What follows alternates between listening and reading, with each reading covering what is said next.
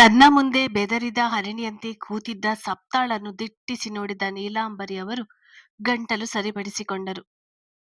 ಹೇಳು ಸಪ್ತ, ನನಗೆಲ್ಲ ವಿಷಯ ಗೊತ್ತಾಗ್ಬೇಕು. ದೇವಸ್ಥಾನದಲ್ಲಿ ನನ್ ಮಗನ ಮೇಲೆ ಏನೇನು ಆರೋಪ ಮಾಡಿದೆಯಲ್ಲ, ಅವನಿಂದ ನಿನ್ನ ಗೆಳತಿಯ ಜೀವನ ಹಾಳು ಆಗಿದೆ ಅಂತ, ಅವಳ ಜೀವನ ಹೇಗೆ ಹಾಳಾಗಿದೆ ಅನ್ನೋದು ನಂಗೆ ಗೊತ್ತಾಗ್ಬೇಕು. ಬರೀ ನಿನ್ ಕಡೆಯಿಂದ ಸತ್ಯ ದರ್ಶನ ಆಗೋದಲ್ಲ, ಎಲ್ಲಾ ಕಡೆಯಿಂದ ಸತ್ಯ ದರ್ಶನ ಆಗ್ಬೇಕು ನಂಗೆ. ಹೇಳು, ಏನ್ ಹೇಳ್ಬೇಕು ಅಂತ ಇದ್ದೀಯೋ ಅದನ್ನು ಫುಲ್ ಕ್ಲಾರಿಟಿಯಲ್ಲಿ ಹೇಳು ಅಂತ ಗಂಭೀರವಾಗಿ ಪ್ರಶ್ನಿಸಿದರು. ಆಂಟಿ, ಅದು ಅವತ್ತು ಅಂತ ಮಾತು ಶುರು ಮಾಡಿದ ಸಪ್ತ ಎಲ್ಲಾ ವಿಷಯವನ್ನು ಹೇಳಿದಳು. ಕ್ಷಣ ಕ್ಷಣಕ್ಕೂ ನೀಲಾಂಬರಿ ಅವರ ದುಃಖ ಹೆಚ್ಚಾಗುತ್ತಿತ್ತು. ಆ ಹೆಣ್ಣಿನ ಸ್ಥಿತಿಯನ್ನು ನೆನೆದವರು ಕಣ್ಣ ಮುಚ್ಚಿ ಕೂತು ಬಿಟ್ಟರು. ಸಪ್ತ ಏನು ಹೇಳಿದಳು ಅನ್ನೋದು ಮುಂದೆ ತಿಳಿಯುತ್ತದೆ. ಸರಿ, ನೀನಿನ್ನು ಹೊರಡು. ಇನ್ನು ನಿನ್ನ ಹಾಗೂ ನಿನ್ನ ಗಂಡನ ಬಿಸ್ನೆಸ್ಗೆ ನನ್ನ ಮಗನ ಕಡೆಯಿಂದ ಯಾವ ತೊಂದರೆನೂ ಬರಲ್ಲ. ಆದ್ರೆ ನೀನ್ ಹೋಗೋ ಮೊದಲು ನಿನ್ನಲ್ಲಿ ಒಂದು ಮಾತು ಕೇಳ್ಬೇಕು. ನನ್ನ ಮಗನನ್ನು ನೀನ್ ನಿಜವಾಗಿಯೂ ಪ್ರೀತಿಸಿದ್ಯಾ? ನೀನ್ ನಿಜವಾಗಿಯೂ ಪ್ರೀತಿಸಿದ್ದರೆ ಅವನ ಮೇಲೆ ನಂಬಿಕೆ ಇಡುತ್ತಿದ್ದೆ. ಹೀಗೆ ಅರ್ಧ ದಾರಿಯಲ್ಲಿ ಬಿಟ್ಟು ಹೋಗುತ್ತಿರಲಿಲ್ಲ. ನಿನ್ನ ಹಣೆ ಬರಹದಲ್ಲಿ ನನ್ನ ಮಗನ ಹೆಸರು ಇರಲಿಲ್ಲ ಅನ್ಸುತ್ತೆ. ಬಿಡು ಆ ವಿಚಾರವೆಲ್ಲ. ಯಾಕೆ ಈಗ? ನನ್ ಮಗನ ಜೀವನ ಬದಲಾಗುತ್ತೆ. ನೀನು ಕೂಡ. ನೀನು ಗಂಡನ ಜೊತೆ ಚೆನ್ನಾಗಿರು. ಮತ್ತೆ ನನ್ನ ಮಗನ ಎದುರಿಗೆ ಬರಲು ಹೋಗ್ಬೇಡ ಅಂತ ಗಂಭೀರವಾಗಿ ಹೇಳಿದಾಗ ಭಯದಲ್ಲಿ ಹುಗುಳು ನುಂಗಿದ ಸಪ್ತ ಎದ್ದು ಹೋಗಿದ್ದಳು. ಅವಳನ್ನು ಕರೆತಂದಿದ್ದ ಡೆವಿಲ್ ಟೀಮ್ ಅವಳ ಮನೆಗೆ ಬಿಟ್ಟು ಬಂದಿದ್ದರು. ಸಪ್ತ ಹೋದ ಬಳಿಕ ತಮ್ಮ ಮಗನ ಜೀವನದಲ್ಲಿ ಬದಲಾವಣೆ ತರಬೇಕೆಂದು ನಿರ್ಧರಿಸಿದ ನೀಲಾಂಬರಿ ಹೆಗ್ಡೆಯವರು ವಾಸುಕಿಯನ್ನು ರೂಮ್ ಒಳಗೆ ಬರಲು ಹೇಳುವರು. ನಾನಿಲ್ಲದ ಸಮಯದಲ್ಲಿ ಏನೆಲ್ಲ ನಡೆದು ಹೋಗಿದೆ ಅಲ್ವಾ ವಾಸುಕಿ? ನನ್ನ ಮಗನ ಜೀವನದಲ್ಲಿ ಯಾರಿಗೂ ಹೆದರದೆ ಕಲ್ಲು ಬಂಡೆಯ ಹೃದಯ ಅಂತ ಅನಿಸಿಕೊಂಡಿದ್ದವನ ಹೃದಯದಲ್ಲಿ ಎಷ್ಟು ನೋವಾಗಿರ್ಬೋದಲ್ವಾ ಎಂದು ನೀಲಾಂಬರಿಯವರು ಭಾವುಕರಾಗಿ ಕೇಳಿದರೆ, ಅವರು ಯಾವ ವಿಚಾರವನ್ನು ಕೇಳುತ್ತಿದ್ದಾರೆ ಎಂದು ತಿಳಿದ ವಾಸುಕಿ ತಲೆ ತಗ್ಗಿಸಿದ. ಕ್ಷಮಿಸಿ ಆಂಟಿ, ಇದುವರೆಗೂ ಅಗಸ್ತ್ಯನನ್ನು ಸಿಕ್ಕಿ ಹಾಕಿಸಿರುವ ಜಾಲದ ಮೂಲವನ್ನು ಕಂಡುಹಿಡಿಯಲು ಆಗೇ ಇಲ್ಲ. ಈಗ ಅಗಸ್ತ್ಯನ ನೇರವಾಗಿ ಆ ಜಾಲವನ್ನು ಕಂಡುಹಿಡಿಯುತ್ತಿದ್ದಾನೆ. ಆದರೆ ಆ ಸಮಯದಲ್ಲಿ ನಾನು ಏನನ್ನೂ ಮಾಡಕ್ಕಾಗಿಲ್ಲ ಅಂತ ನನ್ನ ಬಗ್ಗೆ ನನಗೆ ತುಂಬಾ ಅಸಹ್ಯ ಇದೆ. ಆದರೆ ಒಂದಂತೂ ನಿಜ, ನನ್ನ ಅಗಸ್ತ್ಯನದು ಯಾವುದೇ ತಪ್ಪಿಲ್ಲ ಮೇಡಮ್. ಹೆಣ್ಣಿನ ವಿಚಾರದಲ್ಲಿ ಅವನು ಯಾವತ್ತಿಗೂ ಅಪ್ಪಟ ಚಿನ್ನವೇ. ಯಾಕೆಂದರೆ ಅವನು ನೀವು ಬೆಳೆಸಿರುವ ಒಬ್ಬ ಮಹಾನ್ ವ್ಯಕ್ತಿ. ನಿಮ್ಮ ಗುಣನೇ ಅವನಲ್ಲಿ ಬಂದಿರೋದು ಎಂದು ಹೇಳುವನು. ಅದು ನಿಜ. ಇದರಲ್ಲಿ ನನ್ನ ಮಗನ ತಪ್ಪಿಲ್ಲ ವಾಸುಕಿ. ನನಗೆ ಸಪ್ತ ಹೇಳಿದ ವಿಚಾರದಲ್ಲಿ ಅವಳು ಪೂರ್ತಿಯಾಗಿ ಅಗಸ್ತ್ಯನನ್ನು ಬ್ಲೇಮ್ ಮಾಡಿದರೂ ಸಹ ಅದನ್ನು ಕೂಲಂಕುಷವಾಗಿ ವಿಚಾರ ಮಾಡಿ ನೋಡಿದರೆ ಇದರಲ್ಲಿ ಅಗಸ್ತ್ಯನದು ತಪ್ಪಿಲ್ಲ, ಮತ್ತೆ ಆ ಹೆಣ್ಣಿನದು. ಆದ್ರೆ ತಪ್ಪೇ ಮಾಡಿರದ ಇಬ್ಬರು ದೊಡ್ಡ ಶಿಕ್ಷೆಯನ್ನು ಅನುಭವಿಸುತ್ತಿದ್ದಾರೆ. ನನ್ ಮಗ ಒಂದು ರೀತಿ ಶಿಕ್ಷೆ ಅನುಭವಿಸಿದರೆ ಆ ಹುಡುಗಿ ಮತ್ತೊಂದು ರೀತಿಯಲ್ಲಿ ದೊಡ್ಡ ಶಿಕ್ಷೆಯನ್ನು ಅನುಭವಿಸುತ್ತಿದೆ. ಸಪ್ತ ಹೇಳಿದ ಹಾಗೆ ನನ್ನ ವಂಶದ ಕುಡಿ ಎಲ್ಲೋ ಬೆಳೆಯುತ್ತಿದೆ ಎಂದು ಗದ್ಗದಿತರಾಗಿ ಹೇಳಿದರೆ ಕಣ್ಣರಳಿಸಿ ವಾಸುಕಿ ಸೊಟ್ಟ ನಗು ನಗುವನು. ಮೇಡಮ್, ದಾರಿಯಲ್ಲಿ ಹೋಗುವ ದಾಸಯ್ಯನನ್ನು ಕರೆದು ಬೇಕಾದ್ರೆ ನಂಬಿ ಅನ್ನಿ, ನಂಬಿ ಬಿಡುತ್ತೇನೆ. ಆದ್ರೆ ಈ ಸಪ್ತಾಳ ಮಾತಿನಲ್ಲಿ ನನಗೆ ಎಳ್ಳಷ್ಟು ನಂಬಿಕೆ ಇಲ್ಲ. ಅದು ಹೇಗೆ ಸಾಧ್ಯ? ಅವಳಿಗೆ ಇದೆಲ್ಲ ವಿಚಾರ ತಿಳಿಯಲು. ನಾನು ಕೂಡ ಆ ಹೆಣ್ಣಿಗಾಗಿ ಅಷ್ಟು ಹುಡುಕಾಟ ಮಾಡಿದ್ದೇನೆ. ಅವಳ ಬಗ್ಗೆ ಸುಳಿವೂ ಇಲ್ಲ. ಹಾಗೆ ಈಗ ಸಪ್ತ ಕಟ್ಟಿರುವ ಸುಳ್ಳಿನ ಮಗುವಿನ ಸುಳಿವು ಸಹ ಇಲ್ಲ. ಅವಳೆಲ್ಲೋ ನಿಮಗೆ ದಾರಿ ತಪ್ಪಿಸಲು ಹೇಳಿದಾಳೆ ಅಷ್ಟೆ. ಸಾಧ್ಯನೇ ಇಲ್ಲ. ಅವತ್ತು ಅಗಸ್ತ್ಯ ಮಾಡಿದ ತಪ್ಪಿನಿಂದ ಆಕೆಗೆ ಯಾವುದೇ ಮಗು ಸಹ ಆಗಿಲ್ಲ ಅಂತ ಹೇಳುವನು. ಇಲ್ಲ ವಾಸು, ನನ್ನ ಸಿಕ್ಸ್ ಸೆನ್ಸ್ ಹೇಳುತ್ತಿದೆ ಸಪ್ತ ಹೇಳಿದ ವಿಷಯ ನಿಜ ಅಂತ. ಗುರುಗಳು ಸಹ ಇದರ ಬಗ್ಗೆ ಒಂದು ಕ್ಲೂ ಕೊಟ್ಟಿದ್ದರು. ಅವತ್ತು ಅದರ ಬಗ್ಗೆ ಯೋಚಿಸಲು ಹೋಗಿರಲಿಲ್ಲ. ಆದ್ರೆ ಇದಂತೂ ನಾನು ಪೂಜಿಸುವ ಕಾಳಿ ಮಾತೆಯ ಮೇಲೆ ಆನೆ ಮಾಡಿ ಹೇಳ್ತಾ ಇದ್ದೀನಿ. ನನ್ನ ವಂಶದ ಕುಡಿ ಅದೇ ಇರ್ಬೇಕು. ನಾನು ಎಷ್ಟು ವರ್ಷ ಅಂತ ಬದುಕಿರ್ತೀನಿ ವಾಸುಕಿ? ಜೀವನ ಪೂರ್ತಿ ನನ್ನ ಮಗನ ಜೊತೆ ಇರೋಕ್ಕಾಗುತ್ತಾ? ವಯಸ್ಸಿನ ಪ್ರಭಾವ ಒಂದಲ್ಲ ಒಂದು ದಿನ ನಾನು ಈ ಲೋಕ ಬಿಟ್ಟು ಹೋಗ್ಲೇಬೇಕು.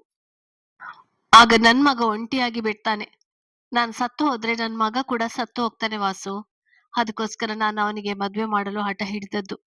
ಆದ್ರೆ ಈಗ ನನ್ ಮಗನ ರಕ್ತ ಹಂಚಿಕೊಂಡು ಹುಟ್ಟಿರೋ ಮಗು ಎಲ್ಲೋ ಇದೆ. ಅಂದ್ರೆ ನನ್ ಮಗ ಖುಷಿಯಾಗಿ ಜೀವನ ನಡೆಸಲು ಒಂದು ಭರವಸೆ ಸಿಕ್ಕಿದೆ.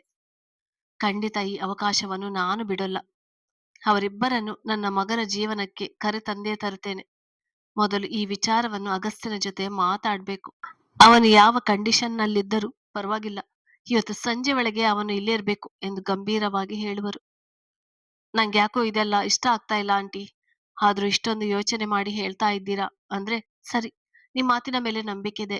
ಅಗಸ್ತ್ಯನಿಗೆ ಇದರಿಂದ ತೊಂದರೆ ಆಗೋಲ್ಲ ಅಂತ ಹೇಳಿ ಅಗಸ್ತ್ಯನನ್ನು ಕರೆತರಲು ಹಾಸ್ಪಿಟಲ್ನತ್ತ ಹೋಗುವನು. ಅತ್ತ ಕಡೆ ಅಂದು ಸಂಜೆಯ ಸಮಯ ಮನೆಯ ಹಜಾರದಲ್ಲಿ ಕೂತಿದ್ದ ಸ್ವರ ಆಫೀಸ್ ಕೆಲಸ ಎಲ್ಲ ಮುಗಿಸಿ ಮಗಳೊಂದಿಗೆ ಆಟವಾಡುತ್ತಿದ್ದಳು. ಪಕ್ಕದ ಮನೆಯ ಅಜ್ಜಿ ಅವಳೊಂದಿಗೆ ಕೂತು ಮಾತನಾಡುತ್ತಿದ್ದರು. ಅಜ್ಜಿ, ಈಗ ನೀವು ಸಖಿಗೆ ಹೋಗುವ ಅಗತ್ಯ ಇದೆಯಾ? ನಾನೇ ನೋಡ್ಕೊಳ್ತೀನಿ ಅಜ್ಜಿ ನಿಮ್ಮನ್ನ. ನನಗೂ ಪಕ್ಕದಲ್ಲೇ ಹಿರಿಯರಿದ್ದಾರೆ ಅಂದ್ರೆ ಸ್ವಲ್ಪ ಧೈರ್ಯ ಇರುತ್ತೆ ಎಂದು ಅಜ್ಜಿಯನ್ನು ನೋಡುತ್ತಾ ಕೇಳಿದಳು. ನನಗೂ ನಿನ್ನ ಮತ್ತೆ ಪಾಪುನ ಬಿಟ್ಟು ಇರಲು ಕಷ್ಟ ಸ್ವರ. ಆದ್ರೆ ಏನ್ ಮಾಡ್ಲಿ, ನನ್ನ ಆರೋಗ್ಯ ಕೈ ಕೊಡುತ್ತೆ. ನನ್ನ ನೋಡಿಕೊಳ್ಳಲು ಯಾರೂ ಇಲ್ಲ. ನಮ್ಮ ಮನೆಯವರೆಲ್ಲ ನನ್ನ ಬಿಟ್ಟು ಹೊರಟು ಹೋದರು. ನಾನು ಹೇಗೋ ನನ್ನ ಗಂಡನ ಪೆನ್ಷನ್ನಲ್ಲಿ ದುಡ್ಡಲ್ಲಿ ಈ ಬಾಡಿಗೆ ಮನೆಯಲ್ಲಿದ್ದು ಜೀವನ ಸವಿಸ್ತಿದ್ದೆ. ಆದ್ರೆ ಸಖಿಯವರೇ ಬಂದು ನನ್ನ ಬಗ್ಗೆ ತಿಳಿದುಕೊಂಡು ಅಲ್ಲಿಗೆ ಕರೆದುಕೊಂಡು ಹೋಗ್ತೀನಿ ಅಂದ್ಮೇಲೆ ಇಲ್ಲಿ ಒಬ್ಬಂಟಿಯಾಗಿದ್ದು ಏನ್ ಮಾಡಲಿ ಎಂದು ಹೇಳುವರು. ಸಖಿ ಎನ್ನುವುದು ಒಂದು ವೃದ್ಧಾಶ್ರಮ. ಅವರೇ ಒಂಟಿಯಾಗಿರುವ ವೃದ್ಧರ ಜವಾಬ್ದಾರಿಗೆ ತೆಗೆದುಕೊಂಡು ಅವರನ್ನು ಮಕ್ಕಳಂತೆ ಸಾಕುವರು. ಸಾಕಜ್ಜಿ ಒಬ್ಬರೇ ಇರುವುದನ್ನು ತಿಳಿದುಕೊಂಡ ಮಂಗಳೂರಿನಲ್ಲಿರುವ ಸಖಿ ವೃದ್ಧಾಶ್ರಮದವರು ಅವರಿಗೆ ತಮ್ಮ ಆಶ್ರಮಕ್ಕೆ ಸೇರುವಂತೆ ಕೇಳಿಕೊಂಡರು. ಅಜ್ಜಿಗೂ ಸಹ ಅದು ಸರಿ ಅನಿಸಿತು. ಅದಕ್ಕೆ ಅವರು ಅಲ್ಲಿಗೆ ಹೋಗಲು ನಿರ್ಧರಿಸಿದರು. ಸರಿ ಅಜ್ಜಿ, ಅದು ಕೂಡ ಒಳ್ಳೇದೇ. ನಾನು ಆಫೀಸ್ಗೆ ಹೋದರೆ ನೀವು ಪಾಪುನ ನೋಡಿಕೊಂಡು ಒಬ್ಬರೇ ಇರಬೇಕು. ನಿಮ್ಗೂ ಕೂಡ ಕೆಲವೊಂದು ತೊಂದರೆಗಳು ಇರುತ್ತೆ. ಸಖಿ ಆಶ್ರಮದ ಬಗ್ಗೆ ತುಂಬಾ ಕೇಳಿದ್ದೇನೆ ನಾನು. ಅವ್ರು ನಿಮ್ಮನ್ನು ತುಂಬಾ ಚೆನ್ನಾಗಿ ನೋಡಿಕೊಳ್ತಾರೆ. ನಿಮ್ಮ ನಿರ್ಧಾರ ಸರಿ ಇದೆ. ಯಾವತ್ತು ಹೋಗೋದು ಅಜ್ಜಿ? ಏನಾದ್ರೂ ಪ್ಯಾಕಿಂಗ್ಗೆ ಸಹಾಯ ಮಾಡಲು ಅಂತ ಕೇಳಿದಳು. ನಾಳೆ ಬೆಳಿಗ್ಗೆ ಅವರೇ ಬಂದು ಕರ್ಕೊಂಡು ಹೋಗ್ತಾರೆ. ಪ್ಯಾಕಿಂಗ್ ಏನಿಲ್ಲ. ಇರುವುದೇ ಒಂದು 10-15 ಸೀರೆ. ಅದನ್ನೆಲ್ಲ ಮಡಿಸಿಟ್ಟುಕೊಂಡು ಬ್ಯಾಗಲ್ಲಿ ಹಾಕಿಕೊಂಡಿದ್ದೇನೆ ಎಂದು ತಿಳಿಸಿದರು. ಸರಿ ಅಜ್ಜಿ, ಹುಷಾರಾಗಿ ಹೋಗಿ ಎಂದು ಹೇಳಿದವಳು ಅವರಿಗೆ ಕಾಫಿ ಕೊಟ್ಟು ಮನೆಯೊಳಗೆ ಬಂದಿದ್ದಳು. ಮಗು ತೂಕಡಿಸುತ್ತಿದ್ದ ಕಾರಣ ಮಗಳನ್ನು ತೊಟ್ಟಿಲಲ್ಲಿ ಹಾಕಿದವಳು ಸಂಜನೆಗೆ ಫೋನ್ ಮಾಡಿದಳು. ಸಂಜು, ಅವತ್ತು ಯಾವುದೋ ಅಪಾರ್ಟ್ಮೆಂಟ್ ಬಗ್ಗೆ ಹೇಳ್ತಾ ಇದೆಯಲ್ಲ, ಬೇಬಿ ಸೆಂಟರ್ ಕೂಡ ಇದೆ ಅಂತ. ಆ ಅಪಾರ್ಟ್ಮೆಂಟ್ಗೆ ಎಷ್ಟು ಹಣ ಅಂತೆಲ್ಲ ಸ್ವಲ್ಪ ವಿಚಾರಿಸ್ತೀಯಾ ಅಂತ ಕೇಳುವಳು. ಹಾ, ಹೋ, ಬ್ಲೂ ಸ್ಟಾರ್ ಅಪಾರ್ಟ್ಮೆಂಟ್. ತಿಂಗಳಿಗೆ ರೂಪಾಯಿ 25,000 ಬಾಡಿಗೆ. ಅಡ್ವಾನ್ಸ್ ಆಗಿ 50,000ದಷ್ಟು ಕೊಡ್ಬೇಕು. ಈಗ ಯಾಕೆ ಅಪಾರ್ಟ್ಮೆಂಟ್ ಬಗ್ಗೆ ವಿಚಾರಿಸ್ತಾ ಇದೆಯಾ ಅಂತ ಕೇಳುವಳು. ಅದು ನಾನಿರುವ ಮನೆಯ ಅಜ್ಜಿ ಈಗ ಆಶ್ರಮಕ್ಕೆ ಸೇರಿಸಿಕೊಳ್ಳುತ್ತಿದ್ದಾರೆ. ಸೊ ಇಲ್ಲಿ ನಾನು ಕೂಡ ಒಂಟಿ ಅನ್ಸತ್ತೆ. ಮಗು ಕೂಡ ನೋಡ್ಬೇಕಲ್ವಾ. ನಾನು ಆಫೀಸ್ಗೆ ಹೋದ್ರೆ ಅದಕ್ಕೆ ನೀನು ಆ ಅಪಾರ್ಟ್ಮೆಂಟ್ ನಲ್ಲಿ ಬೇಬಿ ಕೇರ್ ಸೆಂಟರ್ ಕೂಡ ಇದೆ ಹೇಳಿದ್ಯಲ್ಲ, ಮಗುನ ಅಲ್ಲೇ ಬಿಡ್ಬಹುದು. ಜೊತೆಗೆ ಆಫೀಸ್ಗೆ ಹೋಗಿ ಬಂದು ಮಾಡ್ಬಹುದಲ್ಲ. ಸೊ ಅದಕ್ಕೆ ಅಪಾರ್ಟ್ಮೆಂಟ್ಗೆ ಶಿಫ್ಟ್ ಆಗೋಣ ಅಂತ. ಸ್ವಲ್ಪ ಎಲ್ಲ ವಿಚಾರಿಸಿ ಕೇಳ್ತೀಯಾ ಅಂತ ಹೇಳುವಳು. ಸರಿ ಆಯ್ತು ಕಣೆ. ಅಪಾರ್ಟ್ಮೆಂಟ್ ತುಂಬಾ ಚೆನ್ನಾಗಿದೆ. ಆಫೀಸ್ಗೆ ತುಂಬಾ ಹತ್ತಿರನೇ ಇದೆ. ನೀನ್ ನಡ್ಕೊಂಡೇ ಹೋಗ್ಬೋದು. ಯಾವ ತೊಂದರೆನೂ ಇಲ್ಲ. ನಾನು ಅವರಲ್ಲಿ ವಿಚಾರಿಸಿ ಹೇಳ್ತೀನಿ ಅಂತ ಹೇಳಿ ಕಾಲ್ ಕಟ್ ಮಾಡಿದಳು. ಮತ್ತೆ ಈಗ ಹಳ ಬದಲಾವಣೆ ಮಾಡಬೇಕಾಗಿದೆ. ಎಲ್ಲ ನಿನಗೋಸ್ಕರ ಮಗಳೇ. ನಿನಗೋಸ್ಕರ ಏನ್ ಬೇಕಾದ್ರೂ ಮಾಡ್ತೀನಿ. ನಾನು ಅನುಭವಿಸದ ಖುಷಿ ಸುಖಗಳೆಲ್ಲ ನಿಂಗೆ ಕೊಡಲು ಏನ್ ಬೇಕಾದ್ರೂ ಮಾಡ್ತೀನಿ. ನಿನಗೋಸ್ಕರನೇ ದುಡಿತಾ ಇರೋದು ನಾನು. ನಾನು ಅನುಭವಿಸಿದ ಕಷ್ಟ ಎಲ್ಲ ನೀನ್ ನೋಡ್ಬಾರ್ದು. ನೀನು ಕೈ ತೋರಿಸಿದ ತಕ್ಷಣ ಅದನ್ನ ನಿನ್ನ ಮುಂದೆ ಇಡಲು ಶ್ರಮ ಪಡುವೆ. ರಾಜಕುಮಾರಿ ತರ ನಿನ್ನನ್ನು ಬೆಳೆಸ್ತೀನಿ ಅಂತ ಮಗಳ ಹಣೆಗೆ ಮುತ್ತಿಟ್ಟು ಹೇಳಿದವಳು ತನ್ನ ಮಗಳ ಜೊತೆ ಮುಂದಿನ ಜೀವನದ ಬಗ್ಗೆ ಭವಿಷ್ಯದ ಯೋಜನೆಗಳನ್ನು ಹಾಕುತ್ತಿದ್ದರೆ ಆ ಯೋಜನೆಗಳೆಲ್ಲ ಕಿತ್ತು ಗಾಳಿಪಟ ಮಾಡುವಂತೆ ಅವಳ ಜೀವನಕ್ಕೆ ಬರುವ ಎಲ್ಲಾ ತಯಾರಿ ನಡೆಯುತ್ತಿತ್ತು. ಇತ್ತ ಕಡೆ ವಾಸುಕಿಯಿಂದ ಅಗಸ್ತ್ಯನಿಗೆ ಎಲ್ಲಾ ವಿಚಾರ ತಿಳಿದಿತ್ತು. ತನ್ನ ತಾಯಿಯ ನಿರ್ಧಾರ ಸಹ. ಸ್ವಲ್ಪ ಹೊತ್ತು ಯೋಚಿಸಿದವನು ಏನನ್ನೋ ನಿರ್ಧಾರ ಮಾಡಿ ಬೆಡ್ ಮೇಲಿಂದ ಎದ್ದು ಕುಳಿತ. ಸರಿ ನಡಿ, ಹಾಸ್ಪಿಟಲ್ ಡಿಸ್ಚಾರ್ಜ್ ಎಲ್ಲ ನೋಡ್ಕೊ, ಮನೆಗೆ ಹೋಗೋಣ ಅಂತ ಹೇಳುವನು. ಸರಿ ಅಂತ ತಲೆ ಆಡಿಸಿದ ವಾಸುಕಿ ಅವನು ಡಿಸ್ಚಾರ್ಜ್ ಪೇಪರ್ಸ್ ಎಲ್ಲ ಮುಗಿದ ನಂತರ ಕಾರ್ ಡ್ರೈವ್ ಮಾಡಿಕೊಂಡು ಅವನನ್ನು ಮನೆಗೆ ಕರೆತಂದ.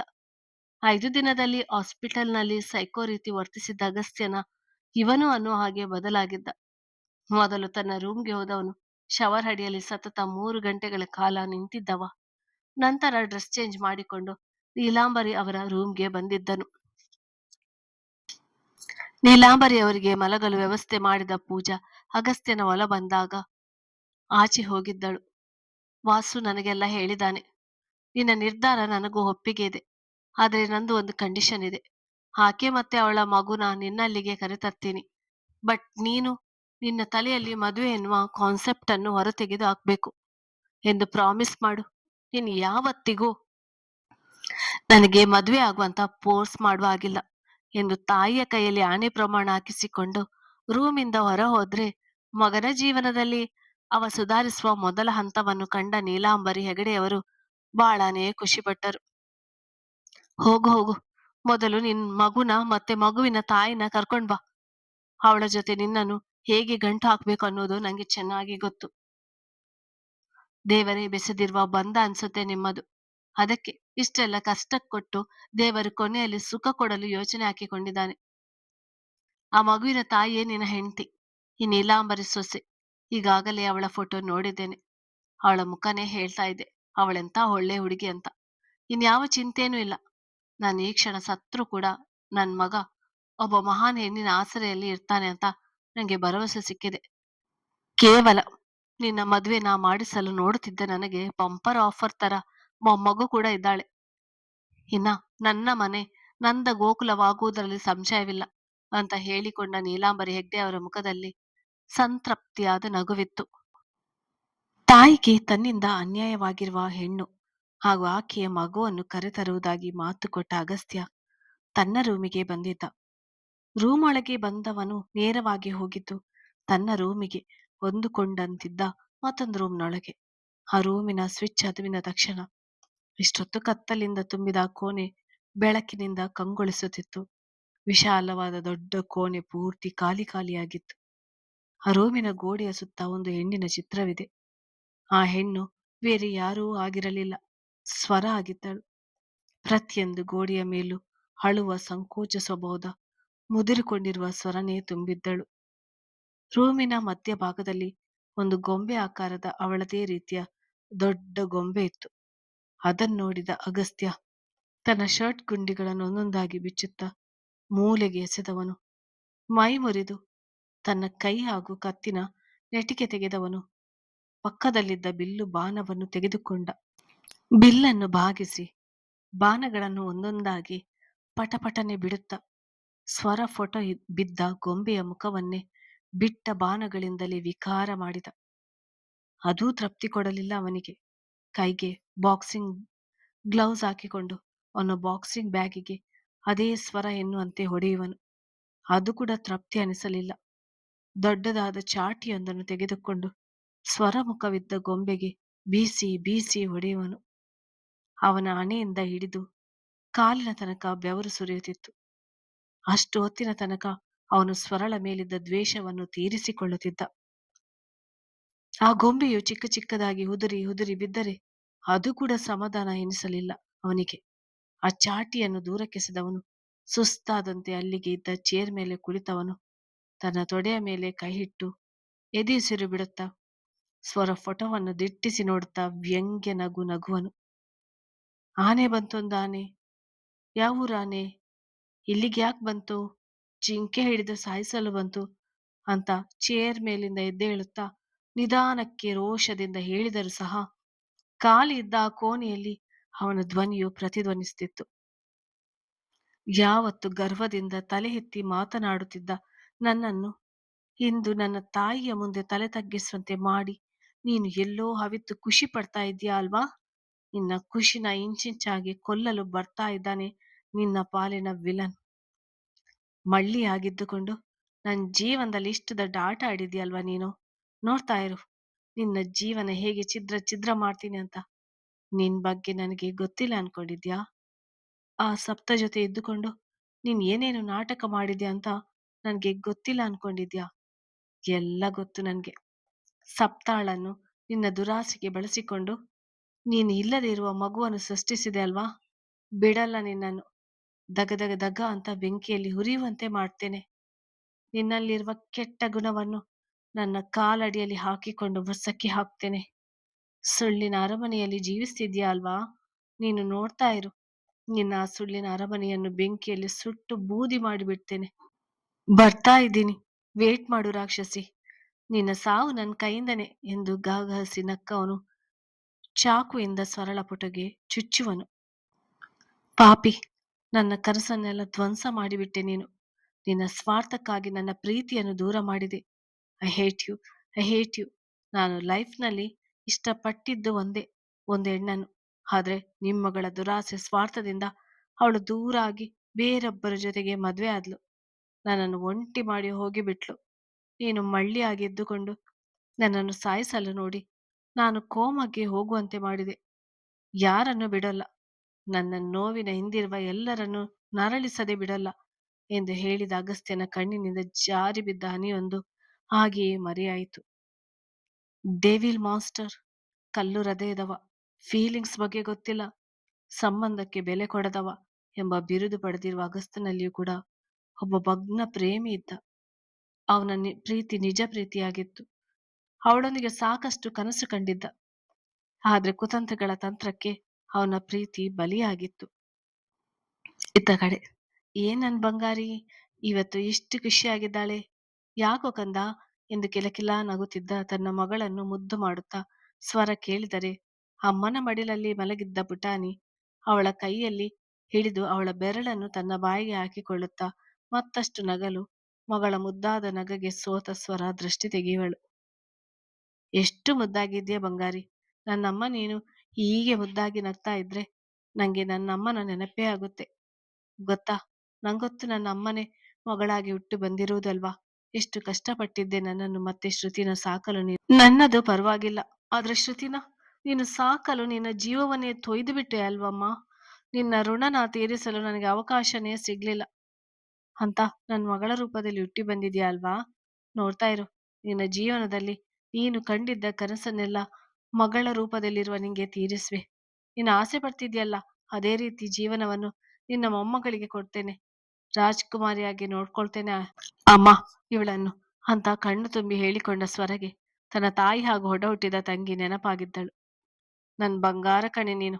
ಅಮ್ಮ ಮತ್ತೆ ಶ್ರುತಿ ಹೊರಟು ಹೋದ್ಮೇಲೆ ನಾನು ಬಾಳಲ್ಲಿ ಖುಷಿ ಅನ್ನೋದೇ ಇರ್ಲಿಲ್ಲ. ಈ 1.5 ವರ್ಷದಲ್ಲಿ ನಾನು ಖುಷಿಯಾಗಿರೋದಕ್ಕೆ ನೀನೇ ಕಾರಣ. ನೀನು ಹೊಟ್ಟೆಯಲ್ಲಿದ್ದಾಗ ಪ್ರತಿ ಕ್ಷಣನೂ ಕೂಡ ನಾನು ನಿನ್ನ ಬರುವಿಕೆಗಾಗಿ ಕಾಯ್ತಾ ಇದ್ದೆ. ಆದ್ರೆ ನೀನು ಯಾವಾಗ ಅತಿ ಬೇಗನೆ 7 ತಿಂಗಳಲ್ಲಿ ಬರುವ ಸೂಚನೆ ಕೊಟ್ಟಾಗ ಜೀವವೇ ಹೋದಂತಾಗಿತ್ತು. ಎಲ್ಲಿ ನೀನು ಕೂಡ ನನ್ನಿಂದ ದೂರ ಆಗ್ತೀಯ ಅಂತ. ಆದ್ರೆ ನೀನು ಜಾಣೆ. ನನ್ನಮ್ಮ ಒಂಟಿಯಾಗಿದ್ದಾಳಂತ 7 ತಿಂಗಳಿಗೆ ಹೊರ ಬಂದ್ಬಿಟ್ಟೆ. 9 ತಿಂಗಳು ಆಗ್ತಾ ಇದೆ. ಬಂಗಾರ ನಿಂಗೆ ತೊಟ್ಟಿಲು ಶಾಸ್ತ್ರ ಮಾಡ್ಬೇಕು. ಆದ್ರೆ ಹೇಗೆ ಮಾಡ್ಬೇಕು ಅಂತ ಏನೂ ನಂಗೊತ್ತಿಲ್ಲ.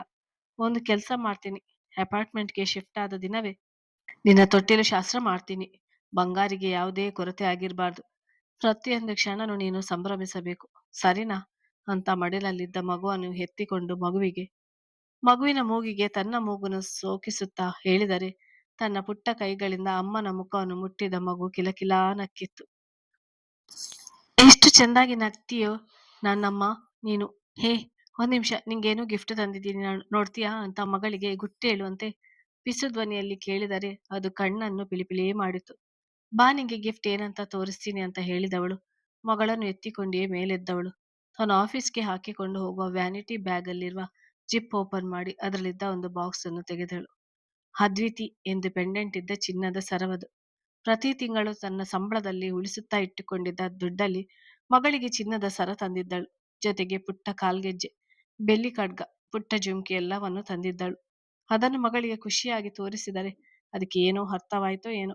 ಅಮ್ಮನ ಎದೆಗೆ ಹೊರಗೆ ಮುದ್ದಾಗಿ ನಕ್ಕರೆ ಇವಳಿಗೆ ಖುಷಿಯೋ ಖುಷಿ.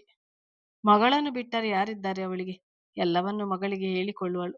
ಮಗು ಅರ್ಥ ಮಾಡಿಕೊಳ್ಳುತ್ತೋ ಇಲ್ವೋ ಗೊತ್ತಿಲ್ಲ. ಆದ್ರೆ ಪ್ರತಿಯೊಂದು ವಿಚಾರವನ್ನು ಅವಳು ಗರ್ಭಿಣಿ ಆದಾಗಲಿಂದ ಎಲ್ಲವನ್ನು ಹೇಳುತ್ತಾ ಬಂದಿದ್ದಾಳೆ. ಅದರಂತೆ ಪ್ರತಿಯೊಂದು ಕ್ಷಣವನ್ನು ಮಗಳಿಗೆ ಹೇಳುವಳು. ಇದರ ಜೊತೆಗೆ ಮತ್ತೆ ಫ್ರಾಕ್ ಮತ್ತೆ ಲಂಗ ದಾವಣಿ ಕೂಡ ತಂದಿದ್ದೇನೆ. ನಾವು ಅಪಾರ್ಟ್ಮೆಂಟ್ಗೆ ಹೋಗ್ತೀವಲ್ಲ ಅವತ್ತು ಇದನ್ನೆಲ್ಲ ಹಾಕಿ ನಿಂಗೆ ಸಿಂಗಾರ ಮಾಡಿ ತೊಟ್ಟಿಲು ಶಾಸ್ತ್ರ ಮಾಡ್ತೀನಿ. ಅಯ್ಯೋ, ತೊಟ್ಟಿಲು ಶಾಸ್ತ್ರ ಮಾಡಲು ತೊಟ್ಟಿಲು ಬೇಕಲ್ವಾ, ನನ್ನ ಹತ್ರ ಎಷ್ಟಿದೆ ದುಡ್ಡು ಅಂತ ಯೋಚಿಸ್ತಾ ಲೆಕ್ಕಾಚಾರ ಕೇಳಿದಳು. ಬಿಡುಕಂದ, ಈ ತಿಂಗಳು ಬೇಗ ಸಂಬಳ ಕೊಡಿ ಅಂತ ಜೀವನ್ ಸರ್ ಹತ್ರ ಹೇಳಿಕೊಳ್ತೇನೆ. ಅದರಲ್ಲಿ ನಿಂಗೆ ಒಂದು ತೊಟ್ಟಿಲು ಮಾಡಿಸಿ ಕೊಡ್ತೇನೆ ಅಂತ ಮಗುವಿಗೆ ಹೇಳಿದವಳು ಮಗುವಿಗೆ ಹಾಲು ಕುಡಿಸಿ ಹಾಸಿಗೆ ಮೇಲೆ ಆಡಲು ಬಿಟ್ಟವಳು ಅಡುಗೆ ಕೆಲಸ ಮಾಡುತ್ತಾ ಮಗಳ ಕಡೆ ಗಮನ ಕೊಟ್ಟಿದ್ದಳು. ಚಕಚಕನೆ ಒಂದು ಪುಟ್ಟ ಗ್ಲಾಸ್ನಷ್ಟು ಅಕ್ಕಿ ಹಾಕಿಕೊಂಡು ಅದಕ್ಕೆ ಪುಳಿಯೋಗರೆ ಗೊಜ್ಜು ಮಾಡಿಕೊಂಡು ಕಲಿಸಿಕೊಂಡು ಬೇಗ ಬೇಗನೆ ತಿಂದವಳು ಮಗಳೊಂದಿಗೆ ಮಾತನಾಡುತ್ತಲೇ ಆ ರಾತ್ರಿಯನ್ನು ಕಳೆಯುವಳು. ಅದೊಂದು ಪೂರ್ತಿಯಾಗಿ ಖಾಲಿ ಖಾಲಿ ಆಗಿರೋ ಕೋಣೆ. ತನ್ನ ಮಗುವೊಂದಿಗೆ ಆಟವಾಡುತ್ತಿದ್ದ ಸ್ವರಗೆ ಯಾರೋ ಬಾಗಿಲು ತೆರೆದು ಬಂದಂತೆ ಅನಿಸಿತು. ತಲೆ ಎತ್ತಿ ನೋಡಿದವಳಿಗೆ ಕಪ್ಪು ಬಟ್ಟೆ ಧರಿಸಿ ಬರುವಾತ ಒಂದು ಮಗುವನ್ನು ಎತ್ತಿಕೊಂಡು ಹೋಗುವುದು ಕಾಣಿಸಿತು. ಪ್ಲೀಸ್ ನನ್ ಮಗು ಕಾಪಾಡಿ, ಅಯ್ಯೋ ಕಾಪಾಡಿ, ನನ್ ಮಗು ಬೇಡ, ಹತ್ತಿರ ಬರ್ಬೇಡ ಎಂದು ಕೂಗಿಕೊಂಡ ಸ್ವರ. ಮಧ್ಯರಾತ್ರಿ ಅಷ್ಟೊತ್ತಿಗೆ ಬಿದ್ದ ಕೆಟ್ಟ ಕನಸಿನಿಂದ ಎಚ್ಚರವಾದವಳು ಮಗುಗಾಗಿ ಸುತ್ತಲೂ ನೋಡಿದವಳ ಕಣ್ಣಿಗೆ ತನ್ನ ಹತ್ತಿರವೇ ಮುದ್ದಾಗಿ ಮಲಗಿದ್ದ ಮಗಳನ್ನು ಕಂಡ ತಕ್ಷಣ ಹೋದ ಜೀವ ಮರಳಿದಂತಾಯಿತು. ಅಯ್ಯೋ ದೇವ್ರೆ, ಇಂಥ ಕನಸು ಇವತ್ತಿನವರೆಗೂ ಅಂತ ಕನಸೇ ಬಂದಿರಲಿಲ್ಲ. ಯಾಕಂತ ಕೆಟ್ಟ ಕನಸು ಬಂತು ಅಂತ ಹೇಳಿಕೊಂಡವಳು ಪಕ್ಕದಲ್ಲಿ ಇಟ್ಟುಕೊಂಡಿದ್ದ ಬಾಟಲ್ನಲ್ಲಿದ್ದ ನೀರನ್ನು ಘಟಘಟನೆ ಕುಡಿದು ಸುಧಾರಿಸಿಕೊಂಡವಳು ಮೇಲೆದ್ದು ಪುಟ್ಟದಾಗಿರುವ ದೇವರ ಕೋಣೆಗೆ ಹೋಗಿ ಕೈ ಮುಗಿದು ಕುಳಿತು ಬಿಟ್ಟಳು. ಈ ಕನಸು ಯಾವುದರ ಸೂಚನೆ ಅಂತ ಗೊತ್ತಿಲ್ಲ ದೇವರೇ. ಹುಟ್ಟಿದಾಗಲಿಂದ ಇಲ್ಲಿಯ ತನಕ ನೀ ನನ್ಗೆ ಮೋಸ ಮಾಡ್ತಾನೆ ಬಂದಿದ್ಯಾ. ಎಲ್ಲರನ್ನೂ ದೂರ ಮಾಡಿ ಒಂಟಿಯಾಗಿ ಸಾಯಿ ನೀನು ಅಂತ ಬಿಟ್ಟಿದ್ಯಾ. ಆದ್ರೆ ನಾನು ಕುಗ್ಗಿರಲಿಲ್ಲ, ಸೋತಿರಲಿಲ್ಲ. ಮತ್ತೆ ಮತ್ತೆ ಮೇಲೆದ್ದಿದ್ದೀನಿ. ನನ್ನ ಅಮ್ಮ ಮತ್ತೆ ನನ್ನ ತಂಗಿ ನನ್ನನ್ನು ಬಿಟ್ಟು ಹೋದ ನಂತರ ನನಗೆ ಖುಷಿ ಅಂತ ಸಿಕ್ಕಿರುವುದೇ ನನ್ನ ಮಗಳಿಂದ. ದಯವಿಟ್ಟು ನನ್ನ ಮಗಳನ್ನು ನನ್ನಿಂದ ದೂರ ಮಾಡ್ಬೇಡ ದೇವ್ರೆ. ನಂಗೆ ಅಂತ ಇರೋದು ಒಂದೇ ಜೀವ, ನನ್ನ ಮಗುನ ಬಿಟ್ಟು ಬದುಕೋಕ್ಕಾಗಲ್ಲ. ದೂರ ಮಾಡ್ಬೇಡ ಅಂತ ಬಿಕ್ಕಿ ಬಿಕ್ಕಿ ದೇವರ ಫೋಟೋ ಮುಂದೆ ಅಳುತ್ತಿದ್ದಳು. ಇಲ್ಲ, ನಾನ್ಯಾಕೆ ಅಳ್ಬೇಕು? ಯಾವಾಗ್ಲೂ ಬರೀ ಅಳುತ್ತಲೇ ಜೀವನ ಸಾಗಿಸಿ ಬಂದಿದ್ದೇನೆ. ಇಲ್ಲ, ಈ ಬಾರಿ ಯಾವುದೇ ಕಾರಣಕ್ಕೂ ಅಳೋಲ್ಲ ನಾನು. ಎಷ್ಟೇ ಕಷ್ಟ ಬಂದರೂ ಧೈರ್ಯವಾಗಿ ಎದುರಿಸ್ತೀನಿ. ಯಾರೇ ಬಂದರೂ ಕೂಡ ನನ್ ಮಗಳಿಂದ ದೂರ ಮಾಡೋಕ್ಕಾಗಲ್ಲ. ಯಾರಿಗೂ ನನ್ ಮಗಳನ್ನು ಕೊಡಲ್ಲ. ನನ್ ಜೀವ ಅದು ಅಂತ ಧೈರ್ಯವಾಗಿ ಹೇಳಿಕೊಂಡವಳು ಮತ್ತೆ ಮಲಗಿದ್ದ ಕೋಣೆಗೆ ಹೋಗಿ ಮಗಳ ಹಣೆಗೆ ಮುತ್ತಿಟ್ಟು ಕಣ್ಣು ಮುಚ್ಚಿ ಮಲಗಲು ಪ್ರಯತ್ನಿಸಿದ್ದಳು. ಮಧ್ಯರಾತ್ರಿ 12 ಗಂಟೆ ಮೇಲಾಗಿತ್ತು. ಸ್ವರಳ ಮೇಲಿದ್ದ ದ್ವೇಷವನ್ನು ಅವಳ ಫೋಟೋಗಳ ಮೇಲೆ ತೀರಿಸಿಕೊಂಡು ಬಂದು ಶವರ್ ಅಡಿಯಲ್ಲಿ ನಿಂತು ಸ್ನಾನ ಮುಗಿಸಿ ಬಂದ ಅಗಸ್ತ್ಯ ತನ್ನ ಲ್ಯಾಪ್ಟಾಪ್ ಹಿಡಿದು ಕುಳಿತಿದ್ದ. ಅವನ ಚಿರತೆ ಕಣ್ಣುಗಳು ಯಾವುದೋ ಹುಡುಕಾಟದಲ್ಲಿ ತೊಡಗಿತ್ತು. ಪ್ರತಿಯೊಂದು ಡೀಟೇಲ್ಸ್ನ ಹಾಕುತ್ತಾ ಬ್ಯಾಂಗ್ಳೂರ್ನ ಮೂಲೆ ಮೂಲೆಯನ್ನು ತನ್ನ ಲ್ಯಾಪ್ಟಾಪ್ನಲ್ಲೇ ಹುಡುಕುತ್ತಿದ್ದ. ನಂತರ ಅವನಿಂದ ಕರೆ ಹೋಗಿದ್ದು ವಾಸುಕಿಗೆ. ವಾಸು, ನಾನು ಹೇಳಿದ ವಿಷಯ ಏನಾಯ್ತು? ಏನಾದ್ರೂ ಕ್ಲೂ ಸಿಕ್ಕಿದೆಯಾ ಅಂತ ಕೇಳುವನು. ಇಲ್ಲ ಅಗಸ್ತ್ಯ, ಬ್ಯಾಂಗ್ಳೂರ್ನಲ್ಲಿ ಇಲ್ಲ. ಸಪ್ತ ಹೇಳಿದ ಹಾಗೆ ಇತ್ತೀಚೆಗೆ ಸ್ವರ ಸಿಕ್ಕಿರೋದು, ಅದು ಕೂಡ ಹಾಸ್ಪಿಟಲ್ನಲ್ಲಿ ಅಂತ ಹೇಳಿದ್ದಾರೆ. ಯಾವ ಹಾಸ್ಪಿಟಲ್ ಅಂತ ಹೇಳಿಲ್ಲ ಆಂಟಿಗೆ. ಸೊ ಈಗ ನಾವು ಸಪ್ತಾಳನ್ನು ವಿಚಾರಿಸ್ಬೇಕು. ಆದ್ರೆ ಇಷ್ಟೊತ್ತಲ್ಲಿ ಅಂತ ಮಾತು ನಿಲ್ಲಿಸಿದ. ಓಕೆ, ಅವಳ ವಿಚಾರವನ್ನು ಬೆಳಿಗ್ಗೆ ಇಟ್ಟುಕೊಳ್ಳೋಣ. ಈಗ ಡೆವಿಲ್ ಟೀಮ್ಗೆ ಎಲ್ಲರಿಗೂ ಡೀಟೇಲ್ಸ್ ಕೊಟ್ಟಿದ್ಯಾ ಅಲ್ವಾ? ಅವರಿಂದ ಏನಾದರೂ ಮಾಹಿತಿ ಬಂದಿದೆಯಾ ಎಂದು ಗಂಭೀರವಾಗಿ ಕೇಳುವನು. ಎಲ್ಲರೂ ಕೂಡ ದೇಶದ ಒಂದೊಂದು ಮೂಲೆಗೂ ಹೋಗಿದ್ದಾರೆ. ಹಾಗೆ ಹೆಚ್ಚಾಗಿ ಜನ ಕರ್ನಾಟಕದಲ್ಲಿ ಹುಡುಕುತ್ತಿದ್ದಾರೆ. ಯು ಡೋಂಟ್ ವರಿ, ನಾಳೆ ಸರಿಯಾಗಿ ಸಂಜೆ 5 ಗಂಟೆ ಅಷ್ಟೊತ್ತಿಗೆ ಆಕೆ ಎಲ್ಲಿದ್ದಾಳೆ, ಏನ್ ಮಾಡ್ತಾ ಇದ್ದಾಳೆ, ಪ್ರತಿಯೊಂದು ಡೀಟೇಲ್ಸ್ ಕೂಡ ನಿನ್ನ ಟೇಬಲ್ ಮುಂದಿರುತ್ತೆ ಅಂತ ಆಶ್ವಾಸನೆ ಕೊಡುವನು. ಓಕೆ, ನಿಮ್ ಟೈಮ್ ಈಗ ಸ್ಟಾರ್ಟ್ ಆಗಿದೆ. ಎಲ್ಲೋ ಕೂಡ ಮಿಸ್ ಆಗೋ ಆಗಿಲ್ಲ. ಇಡೀ ಟೀಮ್ ಅನ್ನೇ ಎಲ್ಲಾ ಕಡೆ ಹುಡುಕು ಅಂತ ಹೇಳು. ಅಟ್ ಎನಿ ಕಾಸ್ಟ್ ಅವಳು ನಾಳೆ ನನ್ನ ಕೈಗೆ ಸಿಗ್ಲೇಬೇಕು. ಈ ಬಾರಿ ಸೋಲ್ವ ಮಾತೇ ಇಲ್ಲ. ನಾನ್ ಸೋತಿದ್ದು ಹಿಸ್ಟ್ರಿಯಲ್ಲೇ ಇಲ್ಲ. ಅದು ಹಿಸ್ಟ್ರಿ ಹಾಗೇನೆ ಉಳಿಬೇಕು, ಗೊತ್ತಾಯ್ತಲ್ವಾ? ಎಲ್ಲರೂ ಎಲ್ಲ ಕಡೆ ಹುಡುಕಿ ಅಂತ ಹೇಳಿ ಕಾಲ್ ಕಟ್ ಮಾಡಿ ತಾನು ಸ್ವರ್ಗಾಗಿ ಹುಡುಕುತ್ತಲೇ ನಿದ್ದೆ ಹೋಗುವನು. ಅವನ ಮೆದುಳಿಗೆ ಹೆಚ್ಚಾಗಿ ಪೆಟ್ಟು ಬಿದ್ದಿದ್ದ ಕಾರಣ ಅವನಿಗೆ ಜಾಸ್ತಿ ಹೊತ್ತು ನಿದ್ದೆ ಮಾಡಬೇಕಾಗಿತ್ತು. ಅವ ಸರಿಯಾದ ಸಮಯಕ್ಕೆ ಮಲಗಿಲ್ಲ ಅಂದ್ರೆ ಹಾಗೆಯೇ ಮಲಗಿ ಬಿಡ್ತಿದ್ದ. ಅವನಿಗೆ ಗೊತ್ತಿಲ್ಲದಂತೆ ಈಗಲೂ ಹಾಗೆ ಆಗಿದ್ದು. ಓವರ್ ನೈಟ್ ಸ್ವರ್ಗಾಗಿ ಕೆಲಸ ಮಾಡುತ್ತಾ ಲ್ಯಾಪ್ಟಾಪ್ ಹಿಡಿದು ಕೂತಿದ್ದವ ಹಾಗೆ ನಿದ್ರೆಗೆ ಜಾರಿದ. ಆ ಹೆಣ್ಣು ಊರು ಬಿಟ್ಟ ದಿನಾನೇ ಅವಳ ಹಿಂದೆ ನಮ್ಮ ಡೆವಿಲ್ ಟೀಮ್ನ ಯಾರನ್ನಾದ್ರೂ ಕಳಿಸಬೇಕಾಗಿತ್ತು. ಈಗ ಜಸ್ಟ್ ಮಿಸ್ ಆಗಿದ್ದಾಳೆ. ನಾನು ಕೂಡ ಅಗಸ್ತ್ಯನ ಜೀವ ಪ್ರಾಣ ಅಪಾಯದಲ್ಲಿದೆ ಅಂತ ಅವನ ಜೊತೆಗೆ ಉಳಿದು ಬಿಟ್ಟು ಬರೀ ಆಫೀಸ್ ಕೆಲಸ ಅದು ಇದು ಅಂತ ಬ್ಯುಸಿಯಾಗಿ ಬಿಟ್ಟೆ. ಆಕೆಯ ಬಗ್ಗೆ ಯೋಚಿಸಲೇ ಇಲ್ಲ. ಈಗ ಇದ್ದಕ್ಕಿದ್ದಂತೆ ಹುಡುಕಲು ಅಗಸ್ತ್ಯ ಹೇಳಿದ. ಆಕೆಯನ್ನು ಹುಡುಕುವುದು ನಮಗೇನು ಕಷ್ಟದ ಕೆಲಸವಲ್ಲ. ಕೇವಲ 2-3 ಅವರ್ಸ್ನಲ್ಲಿ ನಮಗೆ ಡೀಟೇಲ್ಸ್ ಎಲ್ಲ ಸಿಗ್ತಾ ಇತ್ತು. ಆದ್ರೆ ಇದ್ಯಾಕೋ ಮಿಸ್ ಹೊಡಿತಾ ಇದೆ. ಒಂದು ಸಣ್ಣ ಕ್ಲೂ ಸಹ ಸಿಗ್ತಾ ಇಲ್ಲ. ಎಲ್ಲಿ ಅಡಗಿ ಕೂತಿದ್ದಾಳೆ ಅಂತ ಅಂದುಕೊಂಡ ವಾಸುಕಿ ಡೆವಿಲ್ ಟೀಮ್ಗೆ ಇನ್ಸ್ಟ್ರಕ್ಷನ್ ಕೊಡುತ್ತಲೇ ಆ ರಾತ್ರಿ ಪೂರ ಕೆಲಸ ಮಾಡಿದ್ದ. ಕತೆ ಮುಂದುವರಿಯುತ್ತದೆ.